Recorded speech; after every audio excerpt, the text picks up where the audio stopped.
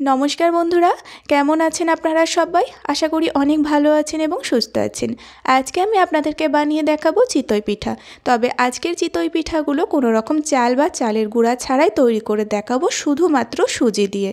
সুজি দিয়ে একদমই নরম তুলতুলে ফুলকো ফুলকো চিতই পিঠা বানিয়ে দেখাবো, তাও আবার কোনো রকম ছাঁচ বা লোহার কড়া ছাড়াই। তো বাড়িতে ব্যবহার করা যে সিলভারের কড়া হয়, সেই সিলভারের কড়াতেই আজকে আমি এই ফুলকো নরম তুলতুলে চিতই পিঠা বানিয়ে দেখাবো। প্রত্যেকটা পিঠা ফুলে উঠবে আর তার সঙ্গে ভীষণই নরম তুলতুলে তৈরি হবে।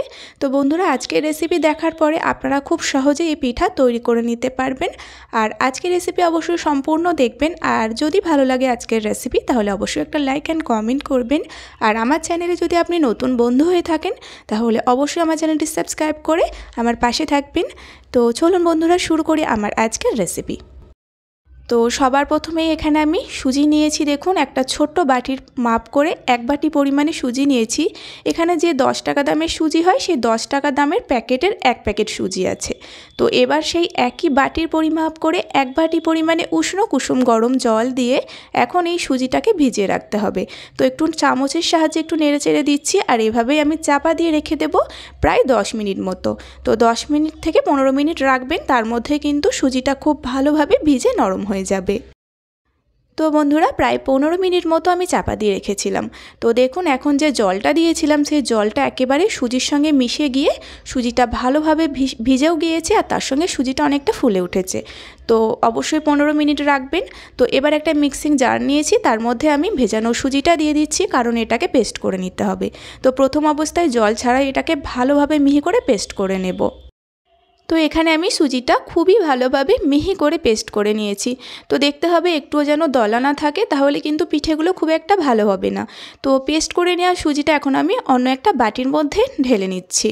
তো দেখুন, এখন একটু আঠালো মনে হচ্ছে। তো এই আঠালো ভাবটা সম্পূর্ণই কাটিয়ে দিতে হবে, তবে পিঠেগুলো সুন্দর হবে। তো এবার দেখুন, ওই একই বাটির পরিমাপ করে আরও হাফ বাটি পরিমাণে জল আমি দিচ্ছি। এই জলটাও কিন্তু উষ্ণ কুসুম গরম জল। তো আমি এভাবে মিক্সিং জারের মধ্যে দেওয়ার পরে ভালোভাবে একটু মিক্সিং জারটা ধুয়ে জলটা দিয়ে দিচ্ছি। আপনারা এমনিও দিতে পারেন। তো এইভাবে দিলে বাকি সুজির মিশ্রণটা নষ্ট হবে না। তো এবার খুবই ভালোভাবে ফেটিয়ে নিতে হবে, প্রায় 3 থেকে 4 মিনিট অবশ্যই ভালোভাবে ফেটিয়ে নিতে হবে। তো দেখুন বন্ধুরা, 3 থেকে 4 মিনিট মতো আমি ফেটিয়ে নিয়েছি। এই কাজটা অবশ্যই করবেন, তাহলে পিঠেগুলো ভীষণ সুন্দর সফট হবে, তার সঙ্গে ফুলকো হবে। এবার যে উপকরণটা দিচ্ছি, দেখুন, স্বাদ মতো লবণ দিয়ে দেব। আর আপনারা যদি নারকেল কোড়া পছন্দ করেন পিঠের মধ্যে, তাহলে এই সময় কিছুটা নারকেল কোড়া আপনারা দিতে পারেন, আবার না দিয়েও করতে পারেন, তাতেও কিন্তু খেতে ভালো লাগবে। তো আমি দিলাম না।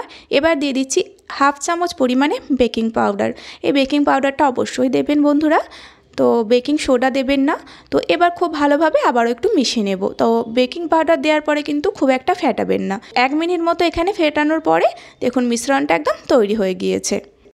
তো এবার আপনাদের একটা হাতার সাহায্যে দেখিয়ে দেব ঘনত্বটা কেমন রাখতে হবে। খুব একটা গাঢ় হবে না, আবার খুব একটা পাতলাও কিন্তু হবে না। মোটামুটি একটা গাঢ়ভাবে বানিয়ে নিতে হবে। তো আপনারা একটু দেখলেই বুঝতে পারবেন।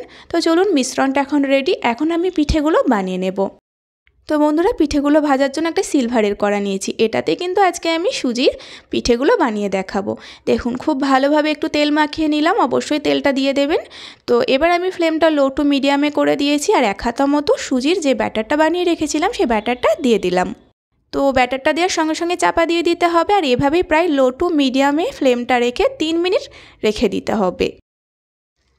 তো প্রায় 3 মিনিট মতো হয়ে গিয়েছে। এখন আমি চাপাটা খুলে নেব।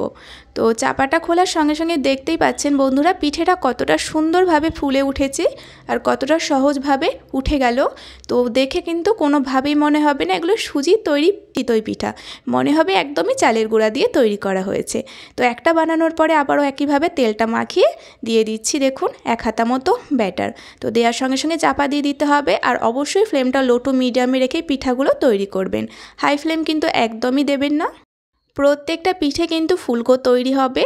তো ব্যাটারটা যদি আপনারা সুন্দরভাবে বানিয়ে থাকেন, পিঠাগুলো ভীষণ ভালো হবে। যেভাবে ব্যাটারটা তৈরি করেছি আপনারাও বানিয়ে নেবেন। তো দেখুন বন্ধুরা, দ্বিতীয়বারের জন্য পিঠাটা কতটা সুন্দরভাবে ফুলকো তৈরি হয়েছে। না দেখলে কিন্তু বিশ্বাসই করবেন না। আপনারা কিন্তু অবশ্যই বানাবেন, একবার হলেও এই সুজির চিতই পিঠাটা বানাবেন। যেমন দেখতেও সুন্দর লাগছে, তার সঙ্গে খেতেও ভীষণই ভালো হয়। তো আপনারা এইভাবে দুধ চিতই পিঠাও বানাতে পারেন, তাতেও কিন্তু খেতে অপূর্ব হবে। তো একইভাবে আমি 3টে পিঠা কিন্তু বানিয়ে নিলাম, আর 3টে পিঠাই কিন্তু ভীষণ ভালোভাবে ফুলে উঠেছে। তো আপনারা সেটা দেখেই বুঝতে পারছেন, বোঝানোর কিছুই নেই। তো ফাইনালি সবগুলো পিঠা আমি তৈরি করে নিয়েছি একই পদ্ধতিতে। তো একই পদ্ধতিতে সমস্ত সুজির চিতই পিঠা আমি বানিয়ে নিলাম। তো দেখুন পিঠাগুলো দেখে বোঝার উপায় নেই এগুলো সুজি দিয়ে তৈরি হয়েছে। তো আপনারাও কিন্তু বানিয়ে দেখুন, দেখবেন ভীষণ সুন্দর হবে, আর যেমন সফট হবে তার সঙ্গে হবে প্রত্যেকটা পিঠা ফুলকো। তো আশা করি আজকের রেসিপি আপনাদের ভালো লেগেছে, আর যদি আজকের রেসিপি ভালো লাগে আপনারা অবশ্যই বাড়িতে এভাবে ট্রাই করবেন, আর কেমন লেগেছে আমাকে কমেন্ট করে জানাবেন। আর আমার চ্যানেলে এরকম নিত্য নতুন রেসিপি পেতে প্লিজ আমার চ্যানেলটিকে সাবস্ক্রাইব করে পাশে থাকা বেল আইকনটি প্রেস করে দেবেন। তো আজকের ভিডিও এই পর্যন্তই, আবারও ফিরে আসবো এরকম ভালো ভালো রেসিপি নিয়ে। ততক্ষণে আপনারা সকলেই ভালো থাকবেন এবং সাবধানে থাকবেন।